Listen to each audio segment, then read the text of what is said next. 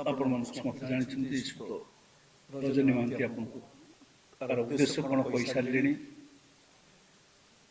ଆମେ ଆଜି ଯେଉଁ କଥା ସାମ୍ନାକୁ ଆଣିବାକୁ ଯାଉଛୁ ଅତ୍ୟନ୍ତ ଗୁରୁତ୍ୱପୂର୍ଣ୍ଣ କଥା।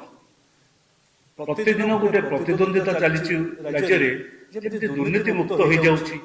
ସବୁ ଲୋକଙ୍କୁ ଦୁର୍ନୀତିମୁକ୍ତ ରାଜ୍ୟଟାକୁ ଦୁର୍ନୀତିମୁକ୍ତ କରିବା ପାଇଁ ଗୋଟେ ସରକାର ଅହରହ ଚିନ୍ତା କରୁଛି, ତତ୍ପର ଅଛି। ବର୍ତ୍ତମାନ ଯେଉଁ ସରକାର ଅଛି ଏହି ପ୍ରତି ଗୋଟେ ଧାରଣା ସୃଷ୍ଟି କରାଯାଉଛି। ଗୋଟେ ଧାରଣା ସୃଷ୍ଟି କରାଯାଉଛି ଯେ ବିଜେଡି ବିଜେପି ଭିତରେ ଗୋଟେ ପ୍ରତିଯୋଗିତା ଚାଲିଥିଲା।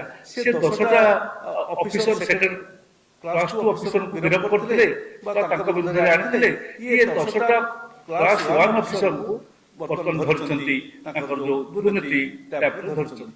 ଏ କଥା ଆପଣମାନେ ପ୍ରତିଦିନ ଆମେ ସମସ୍ତେ ଓଡ଼ିଶାବାସୀ ଦେଖୁଛୁ। କିନ୍ତୁ ଦୁର୍ଭାଗ୍ୟର କଥା ଆମେ ସମସ୍ତେ ଜାଣିବା ଦରକାର, ଜଣେ ହେଲେ ବି ରାଜନେତା ବିଜୁ ଜନତା ଦଳର ବା ବିଜୁ ଜନତା ଦଳ ସହିତ ସମ୍ପର୍କ ଥିବା ଜଣେ ହିଁ ବ୍ୟକ୍ତି କାହାରିକି ଏପର୍ଯ୍ୟନ୍ତ ଠୋସ୍ ପ୍ରମାଣ ଥିଲେ ମଧ୍ୟ ଭାରତୀୟ ଜନତା ପାର୍ଟିର ଯେଉଁ ସରକାର ଆସିଛି ତା ଉପରେ କୌଣସି କାର୍ଯ୍ୟାନୁଷ୍ଠାନ ବା ଅନୁସନ୍ଧାନ କରିବାର ଦେଖାଯାଉନାହିଁ। ମୁଁ ଆପଣଙ୍କୁ କେତେ ଗୁଡ଼ିଏ ତଥ୍ୟ ଦେଇ ସାମ୍ନାକୁ ଆଣୁଛି। ଆମ ହାତରେ ଗୋଟିଏ ପହଞ୍ଚିଛି ସମ୍ବାଦ, ପହଞ୍ଚିଛି ଗୋଟିଏ ଇନଫର୍ମେସନ। ସେ କଥାଟି ହେଉଛି ଜଣେ ବ୍ୟକ୍ତି, ଜଣେ ନାମକରା ବ୍ୟକ୍ତି, ଭଲ ଗୋଟେ ସୋର୍ସ ଦେଲା, ତାର ସୋର୍ସ ଉନ୍ମୋଚନ କଲା, ଖୋଜିଲା, ପାଇଲା, କରିକିରି ଦେଲା। ଆମର ଯେଉଁ UW ତାଙ୍କ ପାଖରେ ଦେଲା, ତାଙ୍କୁ କହିଲା ଯେ ଏଇଗୁଡ଼ିକ ଆମେ ଦେଖିଛୁ, ସେ ଅମୁକ ବ୍ୟକ୍ତି ଯାହାଙ୍କ ବିରୁଦ୍ଧରେ ଦିଆଗଲା ସେ ହେଉଛନ୍ତି ବିଜୁ ଜନତା ଦଳର ବିଧାୟକ ଥିଲେ, ଆଜି ବି ଅଛନ୍ତି। ଭଣ୍ଡାରୀ ପୋଖରୀର ବିଧାୟକ ଆଜି ଅଛନ୍ତି।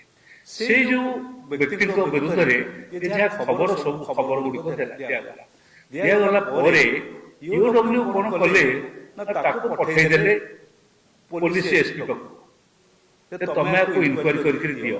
ଆପଣ ଦେଖିବେ ସେ ଚିଠି ଦେଲେ 28 ଆପଣଙ୍କର ଅଗଷ୍ଟ 13/8/2025। SP କିଛି କଲା ନାହିଁ, ରେଜିଷ୍ଟ୍ରି ବି କଲା ନାହିଁ। ରେଜିଷ୍ଟ୍ରି ଏଇ ଯେଉଁ କେସ୍ର ରେଜିଷ୍ଟ୍ରେସନ କଲା ନାହିଁ। ତାପରେ ପୁଣି ଏକ ଚିଠି ସେ ଦେଲେ ଆପଣଙ୍କର 9/1/26। ଏବେ ଆଜିକି ହେଇଗଲାଣି 10 ଦିନ, ଏପର୍ଯ୍ୟନ୍ତ ମଧ୍ୟ କେସ୍ ରେଜିଷ୍ଟ୍ରେସନ ହେଲାନି। ପ୍ରାଇମା ଫେସି ନୁହେଁ, ଅନେକ ତଥ୍ୟ ଅଛି। ସେ ତଥ୍ୟ ଗୁଡ଼ିକ ପ୍ରାମାଣିକ ତଥ୍ୟ ଅଛି। ସେ ଯେଉଁ ଭଦ୍ର ବ୍ୟକ୍ତି ଦେଇଥିଲେ, ଅଭିଯୋଗ ଆଣିଥିଲେ, ସେ ସମସ୍ତ ତଥ୍ୟ ପ୍ରାମାଣିକ ତଥ୍ୟ ଗୁଡ଼ିକ ମଧ୍ୟ ତା ସହିତ ଯୋଗ କରିକି ଦେଇଛନ୍ତି।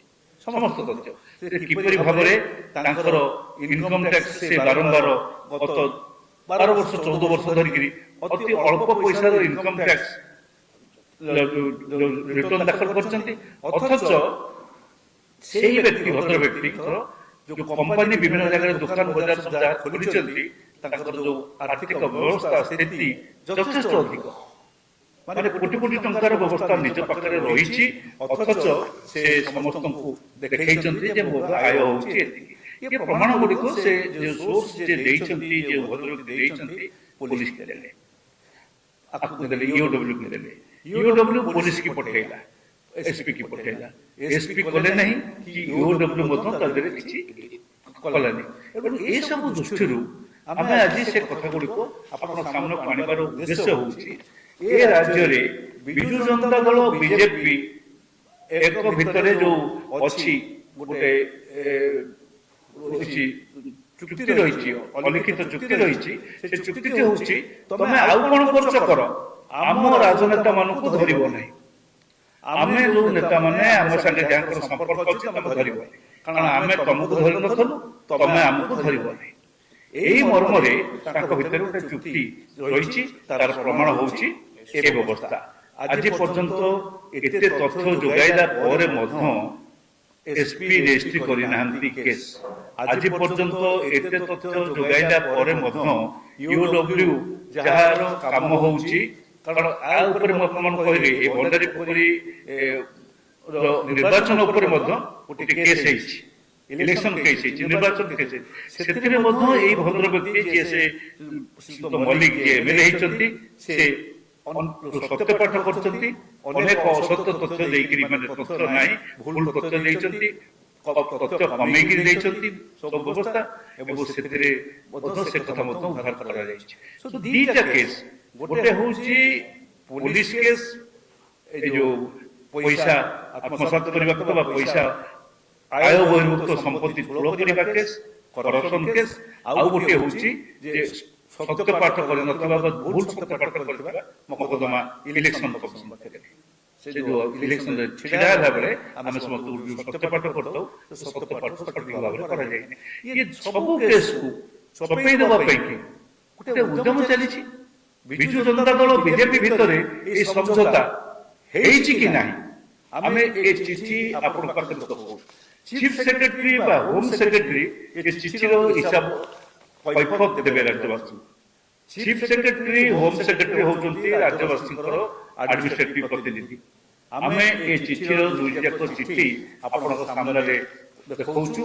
ଏହାର ଉତ୍ତର ଚିଫ ସେକ୍ରେଟାରୀ ହୋମ ସେକ୍ରେଟାରୀ ଆପଣମାନଙ୍କୁ ଡାକି ଦିଅନ୍ତୁ ବା ପ୍ରେସ ନୋଟରେ ଦିଅନ୍ତୁ, ସାରା ରାଜ୍ୟବାସୀଙ୍କୁ ଦେବେ।